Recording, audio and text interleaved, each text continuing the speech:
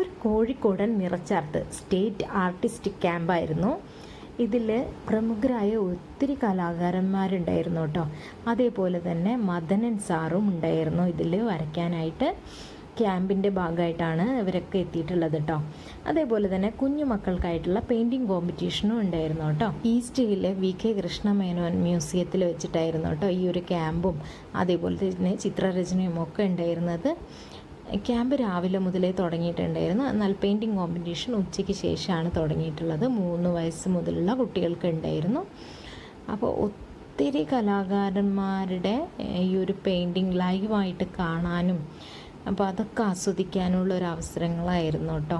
നമുക്ക് ഓരോ ചിത്രങ്ങളിൽ നിന്നും ഓരോ രീതികളും കളേഴ്സും ഒക്കെ നമുക്ക് ഭയങ്കര ഒരു എന്താ പറയുക ഒരു പോസിറ്റീവ് എനർജി തരുന്ന കാര്യം കൂടെയായിരുന്നു കേട്ടോ. അവർ ആ ഒരു ലയിച്ച് അതിലിങ്ങനെ ചെയ്യുന്നതൊക്കെ കാണുമ്പോൾ കുഞ്ഞു മക്കൾക്ക് നല്ലൊരു ക്യൂരിയോസിറ്റി ആയിരുന്നു ഇവരൊക്കെ ചെയ്യുന്നതൊക്കെ കാണുമ്പോൾ. തുടക്കക്കാരല്ലേ കുഞ്ഞു മക്കളൊക്കെ, അപ്പോൾ അവർക്കിതൊക്കെ കാണുമ്പോൾ നല്ലൊരു ഇൻട്രസ്റ്റിങ്ങും കൂടെ ആയിരുന്നു.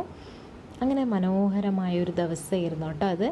മോന് ആദ്യമായിട്ട് ചിത്രം വരയ്ക്കാനുള്ളതിനൊക്കെ പോയി തുടങ്ങിയ ഒരു ഇതാണ്.